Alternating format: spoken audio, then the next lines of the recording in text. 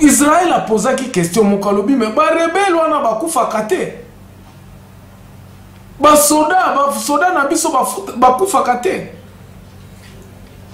On vous avait parlé des 30 morts de Madina.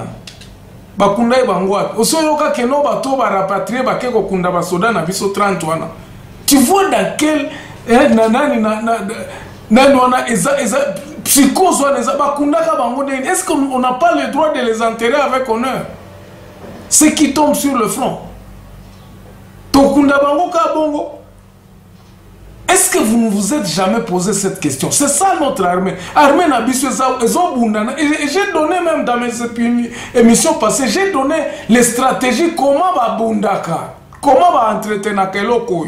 Et quand vous côtoyez ces généraux-là, Baoba Rwandais, Hermoko, na police, moi-même, na police, na bureau à police à Butembo. Le temps que j'étais là en 2015, je crois en 2014 ou 2015. Et ça, en 2014. Commandant Azako Lobanabatu, naba policier na Bishusha. Azoloba, bino bokoloba Kinyarwanda bino. Aobi Kalate, bokomona Kinyarwanda kobandoloba ma ao. Mais lorsque nous dénonçons ça, les gens pensent que est-ce que c'est pas possible? Je crois que notre travail sera reconnu un jour, peut-être. Nous pouvons peut-être continuer comme ça, l'autre et puis bakoyoka. Commandant Munyarwanda Zoloba Nana Lobi Bokoloba Kinyarwanda. À un certain moment, Linga le bandai koloba Malsuna nani te, na armée te. Eza mawa. Ne prétendez pas que 2 jours on a bosali kuna que boyebi makambo à côté kuna, s'il vous plaît. Ce qui boyebi te, contactez les gens. Bon solo là par exemple na Boniface Moussafir, lui il est au Congo à Koyeb Sabino. Bon cherchez un peu les informations. Bon kenena kianda.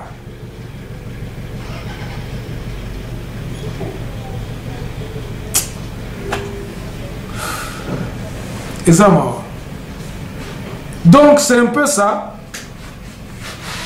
Dans l'émission, on a 80 morts. Ce sont des civils. Je pouvais vous balancer même des images. En 4 jours. Donc depuis le 1er. Donc si je compte à partir du 29, là, dans la nuit du 28, et ça qui déjà va 40. Mais ce qui aux ongles à partir du 25, les OP ça va 60, les images sont là et les noms, s'il vous plaît, et les noms. Bon, à la légèreté, ne prenez pas ça à la légère. C'est très sérieux. C'est lui qui vous commence à vous dire que non,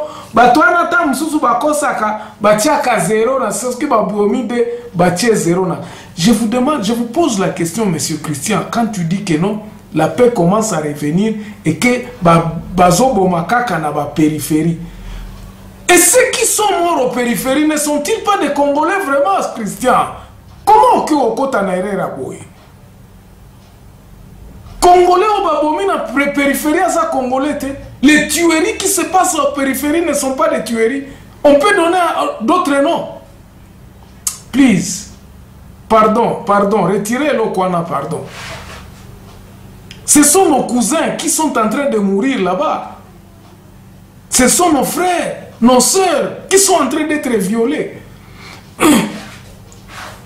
Eza mawatro. Wana eza langage ya ba démagogue. O baza kolinga bala kisake biloko nyonso komi bien. Non, ne forcez pas les gens à dire que les choses marchent à Beni. Ne forcez pas les gens. Les choses ne marchent pas. On ne s'alarme pas, les morts sont là. Batuazo kufa. Batuazo kufa. Ce qui est là qui me déconne, okai kolobande ngwana te. oh bato bazokufa kaka na périphérie côté kuna équipe bato bazoboma bango eza banani. Mais l'armée a déclaré sur tous les médias ici que non ba victoire eza na Madina bato bazalaka te. Oh tozui bastion na bango. C'est la 40e fois pour na yebiso 40e fois que l'armée na biso komi na Médina. 40e fois, tu ne connais pas. C'est pour la 3e fois. Et l'armée congolaise a toujours été à Médina. Bon, tu ne connais même pas l'histoire de Médina parce que connais, oh, à Soudan, à Zalaka Wanapé. Il a fait, je crois, 2 ou 3 mois là-bas.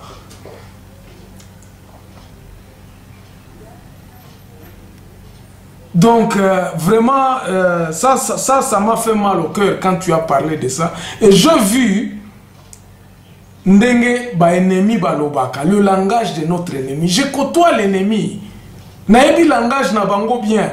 Il faudrait pas assez que tozala ba démagogue ou bien to banda ba jalelo akokumisa Tshisekedi to sala dictateur. Na chapitre onde na koya kosuki sango parce que je vous dis les dictateurs il n'est pas dictateur. Mobutu tango yaka na pouvoir azala dictateur te.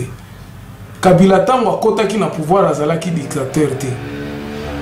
Esprit oyo eza ba ennemi à Congo ne mutu bazo kotisa ye. Quand on vous fait croire que tu peux faire tout toi-même, na langage à président comme kaka nous allons faire ceci, nous allons faire ceci, nous allons faire ceci, nous allons tout nous allons faire. Et puis tu te retrouves que non, ozo sala ngote. C'est facile de déclarer que de faire. Ba déclaration tempestive wana esuka to banda ko sala na musala yango moko e banda ko lakisa. Restez calme. J'ai apprécié à un certain moment Kabila qui se tue avant d'une 1 mois 2 mois lo bakate mais bino moko kuna ka bozo lo baloba oh Kabila lo bakate tout ça. Mais azako sala musala na ena ndenge asala ki. Mais quand on commence à faire croire au président qu'il peut faire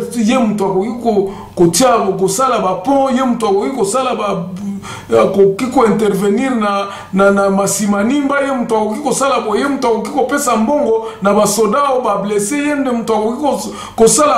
quand le président doit faire tout il devient absolument dictateur akobanda koyiba mbongo po abanda ko satisfaire bino. Alors ce sont des Babylon qu'on a pesaka président pouvoir nyonso. Non. Je ne crois même pas, je ne suis pas avocat, je ne crois même pas que tout le pouvoir lui a été donné. Non. Azanzambete. Azanzambete. Il faut que chaque chose puisse fonctionner pour que le président soit allégé.